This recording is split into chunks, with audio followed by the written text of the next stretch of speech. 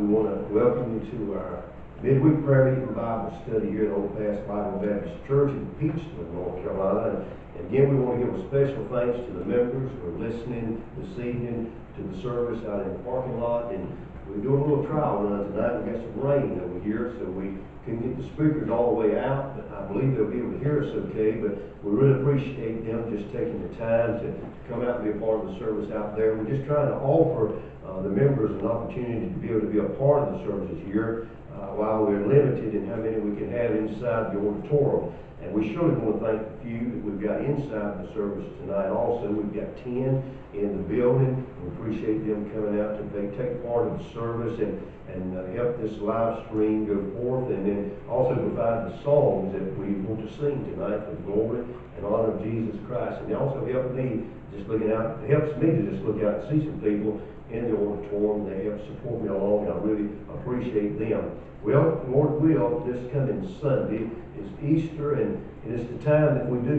commemorate that specific day that our Lord got up and walked out of that tomb. I mean, the day that He defeated death, hell, and the grave. Amen. And we thank God for that specific day. Yes. And I know it's going to be a little different this year. I mean, it's usually the Easter is the time that the little girls want to wear their new dresses to church, the little boys want to wear their new suits, and also the older boys and the older girls. But it's just going to be different this year because of being limited in how many we can have in the building. But I still want to encourage you if you can. We're trying to rotate membership coming in, but I want to encourage you if you can to come out and be a part of the Easter service, because I think we'll be able to put the speakers out as we got it right now. Even if it does rain, we'll give you a chance to be able to come out and be on church property. I don't know, I just believe just being on church property just has a way of making you feel better, and I believe it'll honor God while we just try to worship Him in spirit and truth in the midst of this corona pandemic. And God willing, it'll pass soon, and we do want to continue to pray for the people that are experiencing this and going through it, the people that have lost loved ones. It's just a trying time. But anyway, Lord will, we'll meet Sunday at 11 o'clock and set up this speaker as it is right now. So if you can, make plans to be with us Sunday at 11 o'clock. And then Sunday evening at 6 o'clock, we'll do it again, make the live stream available at both services also, that you can watch it at home, or even you can watch it here in the parking lot. But we encourage you, if you can, come out and be a part of it. We'll set the altar table up again as we did this past Sunday, put it out in the under the drive-through, and then when you leave, you won't have to get out the automobile. You can drop your tithe and your offerings in there. And again, we thank you for the generous gifts, the way that people have given around here during this time of distress. I don't think our offerings went down any, and I thank God for that. Appreciate you giving to the work of the Lord. We've got a lot of prayer requests tonight, and I want to go over just a few of these names with you tonight. And we've been in much prayer for one of our preacher friends down in Jefferson, South Carolina, Brother Thomas Thacker. He's the pastor of the Alabama Baptist Church there, and he's a dear friend to me and also to this congregation, and y'all know him. And but he made an announcement last night. He put it on his church Facebook page, and this coming Saturday he's going to leave and he's going to go to Tennessee. He's battling cancer, liver cancer, and he's having a hard time with it now. So he's taking a leave of absence, and he's going to be leaving Saturday, go up to Tennessee, spend some time with his family, and continue his treatments up there. So I encourage you, please pray for this dear man of God, and just ask God to have mercy on him. I still know God's able. I know you know God is still able. And he didn't resign. He took a leave of absence. And I even heard him say this. He's going to leave some of the younger preacher boys and doing the preaching. And he said if they didn't keep it in line, he'd straighten them out when he got back. So you be in much prayer for Brother Thomas and also his wife, Miss Faye. And then we've got an infant that's related to two grandparents here in our church, Isaiah Morgan. And I think he's doing better. He was born Sunday and he had some complications in a hole in one of his lungs. And they're going to be working with him there at the hospital. So do keep him in your prayers on Isaiah Morgan. And then Tracy Hethcott's family. If you would just keep this family in your prayers. And then Matthew Langston family. Keep this family in your prayers if you would. And then I was talking to Brother Jerry and Michelle a few minutes ago. Their grandson, his wife, is still expecting a baby during all of this. We would pray for them. And then also their daughter, who's also a nurse. Pray for all the EMS workers in the hospital. staff that's on the front lines battling this virus, and just our firefighters, police officers, essential workers that go out there every day and working. So you pray for them, and pray for the leader of this country, our president, and the task force that he's surrounding himself with, that he'll continue to keep the leadership he needs to help this nation come through this and get out on the other side brighter and shining brighter for the Lord than we did when we went through. Good to have Brother Jackson with us tonight. I'm going to ask Jackson if he'd open us in our prayer tonight and ask God to help us in this service also. Dear God, thank you for this evening. Yes. Thank you for us to be able to come to your house and try to worship you. The conditions are a little bit odd, but I ask you to help us to focus during this and get some help from you. Yes. I ask you to touch Brother Chris as he sings. Yes. And help the preacher as he preaches. In Jesus' name I pray. Amen. Amen. All right, Brother Chris is going to come sing our first song for the service, and you pray for Brother Chris as he sings. Bless you.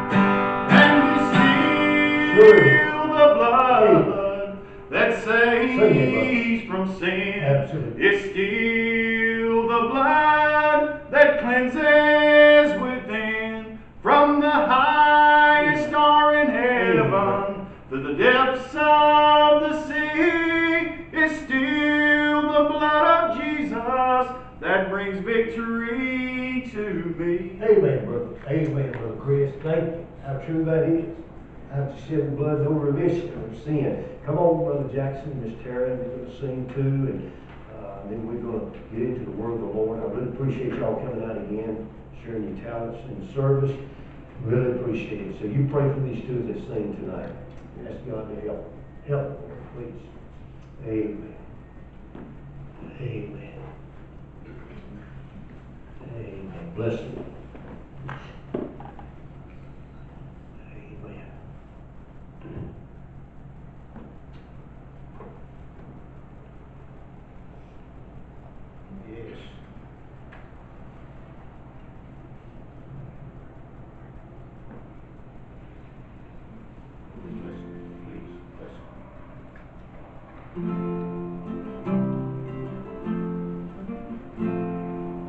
Stood on the bank of a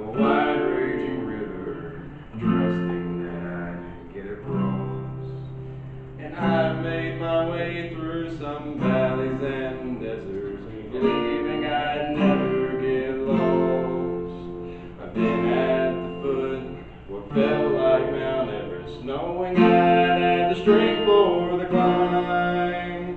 'Cause through every trial, each test and temptation, one thing is sure every time. Amen.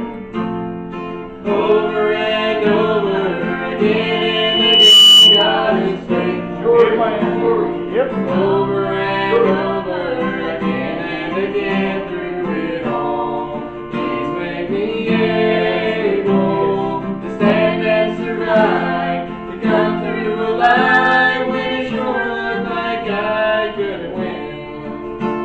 But Jesus is with me, so I'll claim the victory over and over again. Amen. If you ask me why, I have no hesitation. It does what He says He will do. That's right. I'd simply say every battle has taught me there's nothing you can't help me. Right. Amen. Amen. So why should I dwell in the harsh and sad struggles when I look just beyond them I see the way this will end is a great celebration. Deep in my heart I believe. Over and over again and again, God is faithful. Over and over again and again through it all, He's made me able to stand and survive, to come through alive when it sure looked like I couldn't win. But Jesus is with me, so I'll claim the victory over and over again. To stand and survive, to come through alive when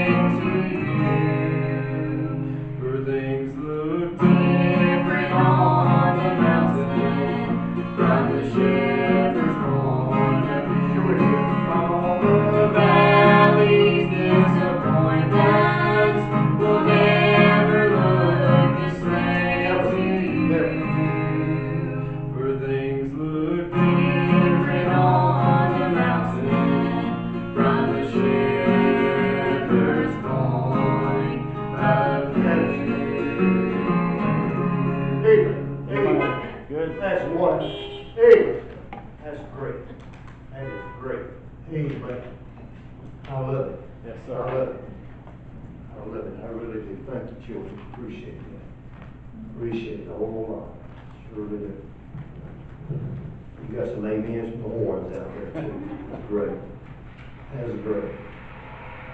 All right. If you've got your Bibles, you've got them outside, you've got them inside, I get you to open up to the book of Ruth. The book of Ruth, the Old Testament. And you find that book, go ahead and turn to the third chapter. The third chapter of the book of Ruth. We started this book study on Wednesday back in January.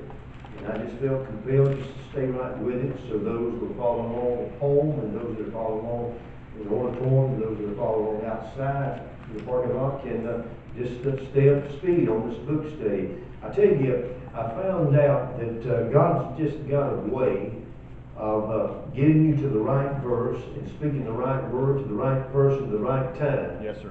He makes no mistakes. Right. You can take this book and you can read it line upon line, preach it precept upon precept, and I guarantee you, you'll get to a place, at a time in somebody's life when they'll need to hear a word from God, and it'll be right there waiting for them. Right. Direction for them. So when you get to the third chapter of the book of Ruth, just remember this romance or this love story between Ruth and Boaz, it has grown. It started out and it has grown. And under the leadership of her mother-in-law, Naomi, Ruth is instructed of her need to let Boaz know that she's interested in him entering into the kinsman-redeemer marriage with her, as is shown to us in the book of Deuteronomy chapter 25 under the Old Testament law. Now Ruth was told to go to where Boaz was celebrating another successful year of barley harvest, and she was to mark the place where he slept. And she was to go in and uncover only his feet, and then wait till he told her what she was to do. Ruth did exactly as she was instructed. And again, though she probably didn't fully understand why she was doing what she was told to do in the exact way she was being told to do it, though she didn't fully understand it, she believed that if she acted accordingly, that she would be blessed. In other words, she believed that she would obey godly counsel, then surely she would be blessed. Right. So she did her part. And you get to chapter 3, it's now time for us to see that how Boaz would respond. Last week we only looked at 2 verses in the 3rd chapter. We looked at verses 10 and 11 where we find Boaz responded to Ruth's request. Just real quickly in verse 10, Ruth was told how she was worthy to be blessed of the Lord because of this marriage that she was seeking. Oh, Boaz said she was worthy to be praised of God for her coming to him and seeking him to be her husband. Then Boaz addressed Ruth, you remember, as his daughter. And by referring to her as his daughter, he affirmed to Ruth that she was in his heart. This term indicated that Boaz's romantic feelings for Ruth were increasing. I mean, they were real. He addressed her as his daughter. Then Ruth was commended for her not following after young men, whether rich or poor. Her choice of Boaz, though he would have been older than her, was made of Boaz's character. It was made because of his godly reputation, and it was not made out of some carnal spirit. It was based on character and not carnality. This is always commendable when choosing a lifelong mate. Look for character. Amen. Look for godly reputation over carnality. Then in verse 11, he reaffirmed his love for her by again referring to her as his daughter. And then he told her that he would do all that she had required. For he understood now she was a good catch, because the Bible said she was known to be a virtuous woman by everyone in the city. Right. I mean, oh boy, I said she's got the goods. She's got a testimony before everyone in the city. It was known abroad that Ruth's faith was real. And you remember I told you her blessed life was her billboard. I mean, she just exhibited it to everyone. Everyone who's seen her realized and knew by the actions and the behavior of this woman, she knew the Lord. Yeah. Now, this recap brings us to verse number 12, where we'll center around the subject, some barley for the bride. That's what I want to center the thought around this evening. Some barley for the bride. Now, in the text we're going to be dealing with this evening, Boaz is going to address an issue that must be first overcome before him and Ruth can enter into this holy matrimony of marriage. Now in verse number 12, notice what he says. He says, "And now it is true that I am thy near kinsman. Howbeit, there is a kinsman nearer than I." You notice Boaz reveals something to Ruth. He reveals a problem that is keeping him from giving her full assurance concerning their marriage. You see, before Boaz could fulfill his promise to marry Ruth, he had to deal with this problem of her having a kinsman that was nearer to her than him. In other words, before Boaz could officially and publicly state the "I do" of marriage, he had to first address this issue concerning another relative who was nearer Naomi's family than he. Therefore, this is an issue that has to be dealt with, because this issue right here is keeping Boaz from immediately making an unconditional promise to Ruth. He's got to deal with this issue before he can make this unconditional promise to her. And you believe me, he wanted her. Yeah. I'll guarantee you, you listen to me, he definitely wanted her to be his wife. He wanted her. He desired her to be the mother of his children. He wanted to marry her. Yes, sir. Now, this issue which Boaz is addressing, it may not seem to mean too much to some people. But let me say this. By him taking into consideration that there was someone nearer than him that deserved the first shot at Ruth, and you listen to me, this speaks volumes about this man's character. Yes, sir. Yeah. Let me try to explain it. Boaz's actions here show us how unselfish he was. Yes, sir. That's right. He's not about to roll another person in order to gain something that he's personally interested in. Let me say it again. He's not about to roll somebody else to get what he is personally interested in. Right. Yes, he loved Ruth.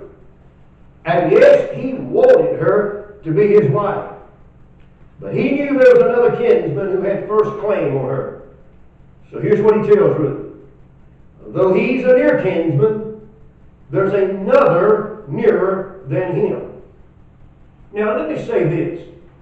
Boaz, he could have entertained maybe a thought like this. He could have entertained the thought, why shouldn't I have Ruth? Why shouldn't she be mine? After all, I seen her first. He could have said, I can give her anything she wants. I'm a wealthy man. I can support her. I can take care of her. So why shouldn't I have her over the kinsman that is nearer than me? I mean, he could have said all of the above. He could have done all the above. And possibly would have, had he been a self-centered person. Yeah. Had he been a person that only was concerned about me, myself, and I. Yeah. He could have done the above. Yeah. But since he was a man that feared the Lord, since he was a man who loved God and had a determination to please God with his life, he wanted to do right, and he wanted to do right by his fellow man. Let me tell you something. If you fear God and love God and serve God, you'll want to do right toward your fellow man. Right. You see, as fond as he was toward Ruth, and though he desired her with all his heart, nevertheless, he was determined, you listen to me, he was determined to do it right. Yes, sir. That's right. He wasn't going to mess it up. That's right. He was going to do it right. Amen. Now, even by alerting the other kinsman, knowing that it could cost him the desire of his heart, he was still willing to do right. Right. Still, he would give the nearer kinsman the right to exercise his duty first, knowing all the time it could cost him what he